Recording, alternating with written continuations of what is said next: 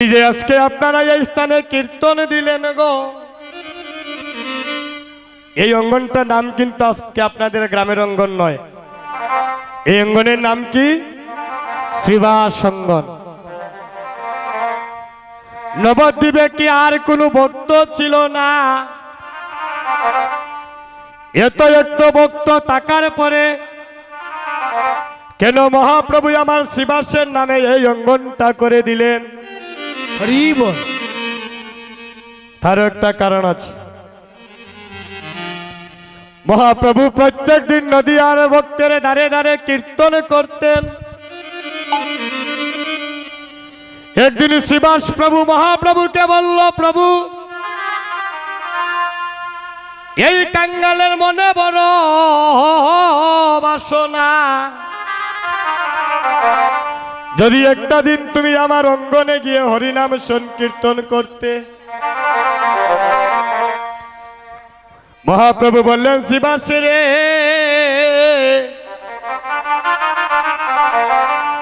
যাও যাও, তুমি আমার হরিনামে সংকীর্তনের আয়োজন করো, আগামীকাল আমি তোমার অঙ্গনে গিয়ে কীর্তন করব। শ্রীবাস প্রভু যখন বাড়িতে গেলেন, শ্রীবাস প্রভুর বড় ভাই বলছে, শ্রীবাস, আজ থেকে আমি তোমায় নিষেধ করলাম, আগামী কাল থেকে তুমি আর হরিনাম সংকীর্তন করতে পারবে না। গ্রামের প্রতিবেশী আমার কাছে নালিশ দিল, বলছে তোমার ভাই শ্রীবাস কি একটা পাগলামি শুরু করলো, প্রত্যেক দিনের সময় নাই অসময় নাই প্রভুর কীর্তন শুরু করে দে। গ্রামের মানুষ খাইতে পারে না, ঘুমাইতে পারে না। তোমার বাইরে হইতে কীর্তন বন্ধ করতো, না হয় এই গ্রাম ছেড়ে আমরা চলে যাব, না হয় তোমরা চলে যাও। শ্রীবাস প্রভু বড় ভাইয়ের চরণে লুটিয়ে পড়েছেন। দাদা, এই জগতে যারা ভক্ত ভগবানকে ভালোবাসে, তাদের ঘরে জ্বালা বাইরে জ্বালা। দাদা গো, ভগবানকে ভালোবেসেছিলাম বলে আজ আমার এমন পরিণতি হলো। তুমি আমার আপন ভাই হয়ে তুমি আমায় বাড়ি থেকে বের করে দিচ্ছ। ভগবানকে ভালোবেসেছিলাম বলে আজকে আমার এই দুঃখ, এই দুর্দশা। শ্রীবাস প্রভু বড় ভাইকে বলছে, দাদা আস্তে আস্তে কেউ কথা বলবেন না। শ্রীবাস প্রভু বড় ভাইকে বলছে, দাদা যদি বাড়ি থেকে বের করে দাও তাও ভালো, কিন্তু মহাপ্রভুর কীর্তন হতে আমি কোনোদিন বঞ্চিত হব না। হরি বল। বড় ভাই বাড়ি থেকে বের করে দিল। শ্রীবাস প্রভুর স্ত্রীর নাম ছিল মালিনী দেবী, ছোট্ট একটা পুত্র ছিল, নামে ছিল তার গোপাল। আজ দুইজনকে নিয়ে বাহির বাড়ি চলে গেল। আজ বাহির বাড়িতে গিয়ে শ্রীবাস প্রভুর নয়নে জলে বক্ষ ভেসে যায়। মনে মনে কাঁদছে, প্রভু হে, আজই তোমাকে ভালোবেসেছিলাম বলে আমার আপন ভাই আমায় বাড়ি থেকে বের করে দিল। শ্রীবাস প্রভু মনে মনে ভাবছেন, আপন ভাই যে বাড়ি থেকে বের করে দিল শূন্য হাতে, এখন মহাপ্রভুর কথা দিলাম আগামীকালকে কীর্তনের আয়োজন করব, এখন আমি টাকা কোথায় পাবো আর পয়সা কোথায় পাবো? হরিনাম যজ্ঞ দান করতে গেলে তো দাদা অনেক টাকা পয়সার প্রয়োজন হয়। শ্রীবাস প্রভু কাঁদছে। এমন সময় শ্রীবাস প্রভুর নাম ছিল মালিনী দেবী, ডাকছে, স্বামী, স্বামী গো, আমার বাবা বিবাহের সময় আমায় কিছু স্বর্ণ অলংকার দান করেছিলেন, এগুলা বাজারে নিয়া তুমি বিক্রি করিয়া প্রভুর হরিনামে সংকীর্তনের তুমি আয়োজন করো। এই দেখুন সহধর্মিনী কাকে বলে? সংসার সুখী হয় রমণীর গুণে, সংসার ধ্বংস হয় নারীর কারণে। সহধর্মিনীকে, যিনি স্বামীকে ধর্মের পথে সাহায্য করে, সেই সহধর্মিনী। শ্রীবাস প্রভুর স্ত্রী বলছে, স্বামী আমার বাবা বিবাহের সময় কিছু স্বর্ণ অলংকার দান করেছিলেন, এগুলা বাজারে নিয়ে বিক্রি করিয়া তুমি প্রভুর হরিনাম যজ্ঞের আয়োজন শুরু করো। শ্রীবাস প্রভু বাজারে গিয়া সবই কিছু বিক্রি করিয়া এর পরের দিন আমার প্রভুর সংকীর্তনের আয়োজন করিলেন। দূর দূরান্তের কত ভক্ত আসিল। আজ মধুর কীর্তন হচ্ছে শ্রীবাসের অঙ্গনে। বাহির বাড়িতে শ্রীবাস প্রভু কীর্তন করছে, ভিতর বাড়িতে শ্রীবাসের একমাত্র পুত্র ছিল, নাম ছিল তার গোপাল। গোপাল আজকে চিরজন্মের মতো সে আপন দেশে চলে গেল। শ্রীবাস প্রভু বাহির বাড়িতে কীর্তন করছে বাবা, আর ভিতর বাড়িতে কীর্তন চলা অবস্থায় শ্রীবাসের একমাত্র পুত্র আজ মৃত্যুর কুলে ঢলে পড়ল। প্রতিবেশী একজন রমণী গিয়ে ডাকছে, শ্রীবাসী রে, ও শ্রীবাস, তুমি বাহির বাড়িতে কীর্তন করছো, কিন্তু ভিতর বাড়িতে তোমার সন্তানটা যে মারা গেল, তুমি কি তোমার সন্তানকে দেখতে যাবে না?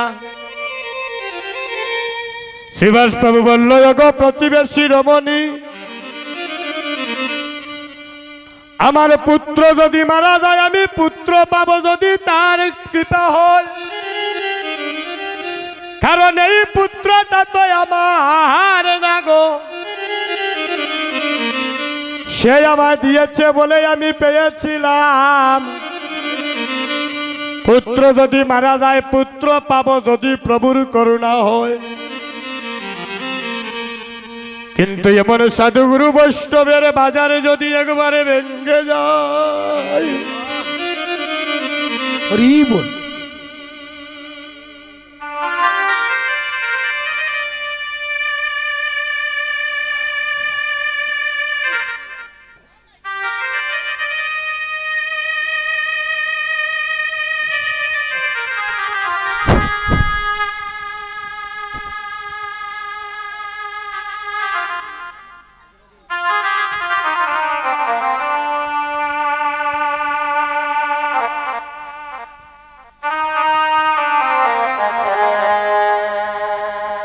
এই বাজার যদি একবার ভেঙ্গে যায় গো, হরি বল হরি বল। হয়তো আমার জীবনে এমন বাজার আমি আর নাও বসাইতে পারি। সেদিন মহাপ্রভু বললেন, শ্রীবাসী রে, আমি তো যন্তর জানি, সবই জানি, কিন্তু আজ আমি তোমায় পরীক্ষা করব, তোমার কাছে আমি বড় না তোমার সন্তান বড়। শ্রীবাস প্রভু বলছে, ওগো প্রতিবেশী রমণী, তুমি যাও যাও যাও গো, তুমি আমার স্ত্রীকে গিয়ে বলো সাদা একটা কাপড় দিয়ে যেন আমার সন্তানটাকে সে ঢেকে রাখে। যখন প্রভুর হরিনাম সংকীর্তনের সমাপন ঘটবে, আমি তখন গিয়ে আমার সন্তানের সেই সৎ কাজটা করব। এই দেখুন মা, ভক্ত কাকে বলে? আমরা তো ভক্ত হইলাম, এমন ভক্ত হইলাম গো, 2 দিন মহাপ্রভুরে ডাকমু, 3 দিনের দিন কইমু তুমি ডাক শুনো না, ডাকারও দরকার নাই। কিন্তু শ্রীবাস প্রভু পরীক্ষা দিয়ে গেলেন ভক্ত কেমন হতে হয়। ওনার অঙ্গনে কীর্তন চল অবস্থায় ওনার নিজের পুত্র মারা গেল, ওনার পুত্রকে উনি দেখতে গেলেন না কেন? একটাই কথা বললেন যে পুত্র যদি মারা যায় পুত্র পাবো, কিন্তু প্রভুর হরিনাম সংকীর্তনের সাদের বাজার যদি ভেঙে যায়, এমন বাজার আমার জীবনে আমি আর না বসাইতে পারি। তাই গৌর হরি বল হরি বল। প্রতিবেশী রমণী চলে গেল।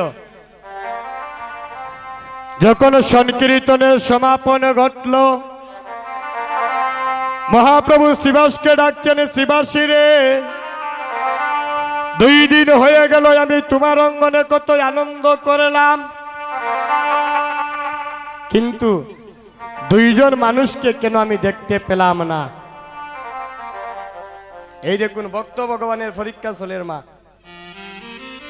যিনি অন্তর্যামী উনি প্রশ্ন করলেন 2 দিন হলো কীর্তন করলাম, কিন্তু 2 জন মানুষকে কেন আমি দেখতে পেলাম না? এই 2 জন মানুষকে, একজন হচ্ছে তোমার স্ত্রী মালিনী দেবী, আর তোমার ছোট্ট পুত্র গোপালকে কেন আমি দেখতে পেলাম না? রাধে শ্রীবাস প্রভু নয়নের জলে কেঁদে কেঁদে বলছে, প্রভু হে, তুমি না অন্তরে জানি, তোমার ইশারা ছাড়া একটা শুকনা গাছের পাতা ভূমিতে পড়ারও ক্ষমতা নাই। তুমি কি জানো না আমার অঙ্গনে কি ঘটেছে? আজ তোমাকে ভালোবেসেছিলাম বলে আমার আপন ভাই আমায় বাড়ি থেকে বের করে দিল, ছোট্ট পুত্র গোপাল আমায় চিরজন্মের মতো ছেড়ে চলে গেল।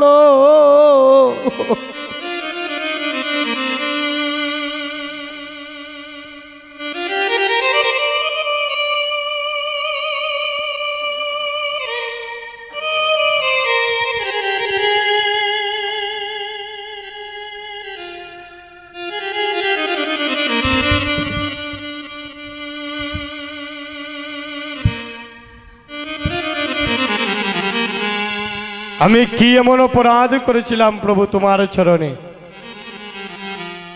মহাপ্রভু উত্তরে বললেন, শ্রীবাস, তোমার অঙ্গনে কি ঘটনা ঘটেছে আমি সবই জানি, কিন্তু তোমায় পরীক্ষা করলাম, তোমার কাছে আমি বড় না তোমার সন্তান বড়, যাও তোমার সন্তানটাকে তুমি নিয়ে এসো।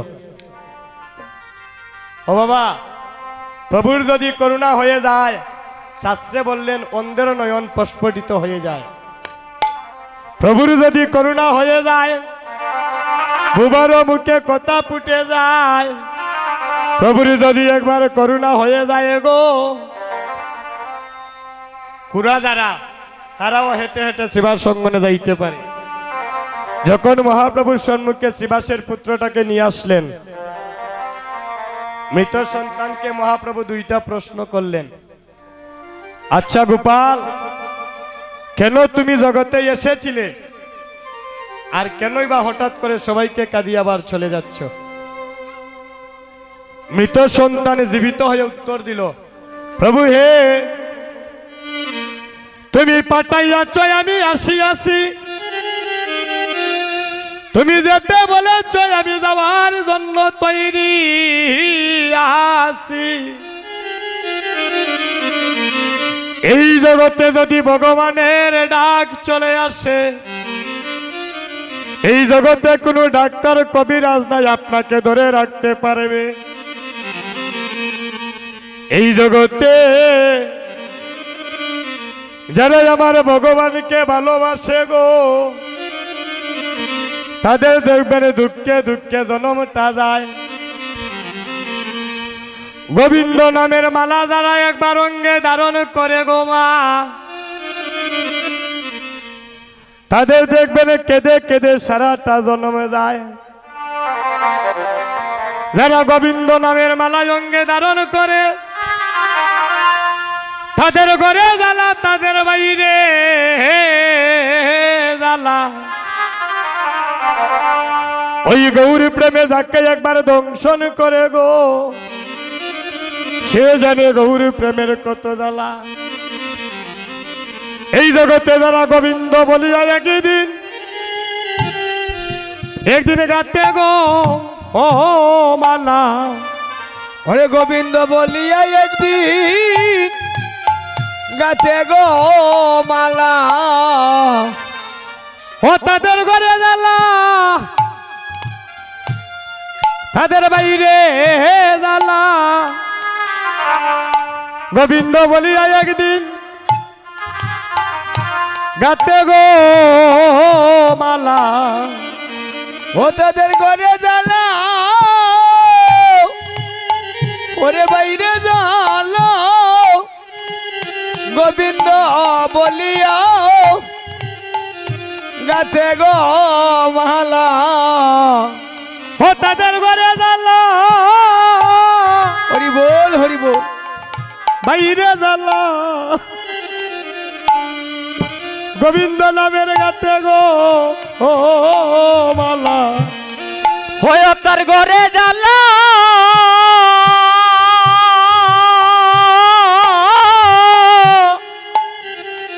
ও তার বাইরে জ্বালা গো।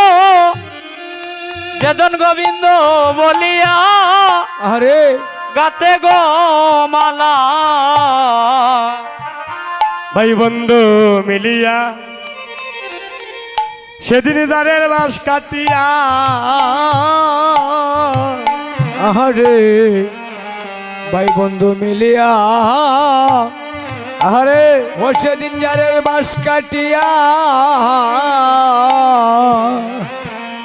সেদিন তোমারে বানাইবে নায়রের, বানাইবে নায়রের দুলা।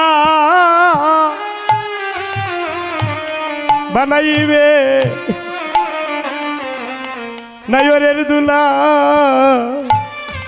ও সেদিন বানাবে নাই রে রে দুলা।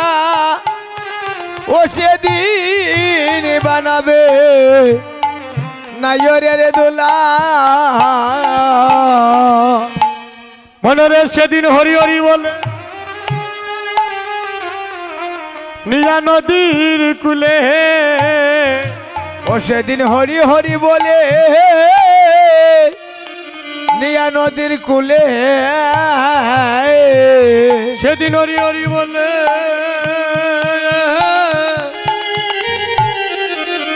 নিয়া নদীর কুলে। ও সেদিন হরি হরি বলে নিয়া নদীর কুলে।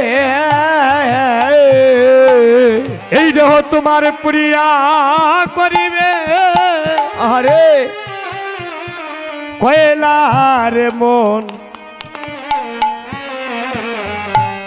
এই দেহ প্রিয়া করিবে, করিবে কয়লা।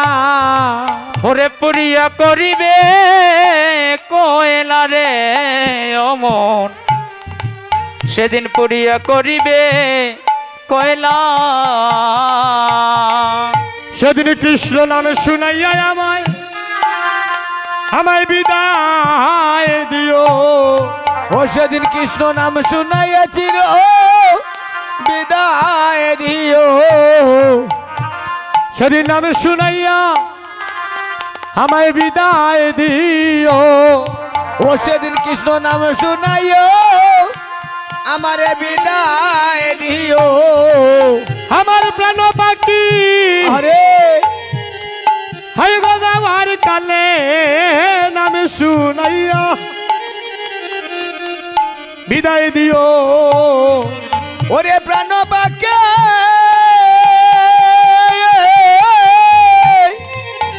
ওরে যাবার কালে কৃষ্ণ নাম শুনাইও চির বিদায় দিও। ওই নাম আমার অঙ্গে লেখিও, আমার করণে শুনাইও। নামে শুনাইয়া বিদায় দিও। ওই নাম অঙ্গলে কিও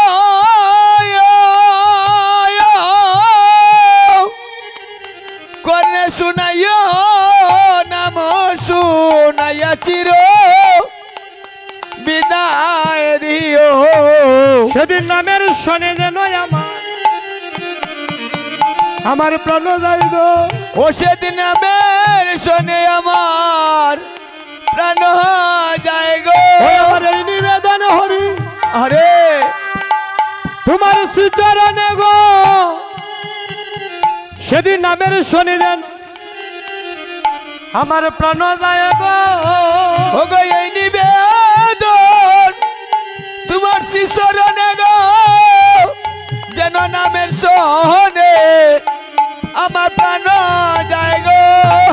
ও যেদিন আমার প্রাণ পাখি আহ উড়িয়া যাইবে, সেদিন নামের শোনে যেন আমার এই প্রাণ যায় গো। সেদিন প্রাণ পাকে আমার উড়িয়া যাইবে, নামের শোনে যেন আমার প্রাণ যেদিন যাইবে। প্রাণ পাখি উড়িয়া যাইবে, নামের শোনে যেন আমার প্রাণ যায় গো। প্রাণ পাখি উড়িয়া যাবে, নামের শোনে যেন প্রাণ যায় গো।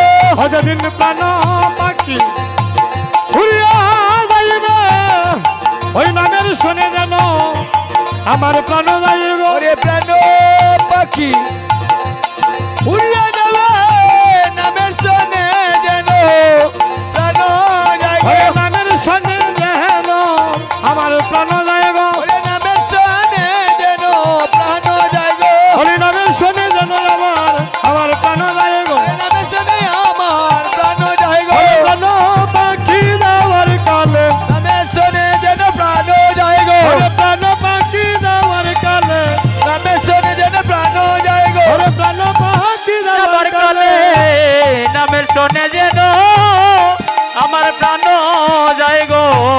ওরে নামের শোনে যেন আমার প্রাণ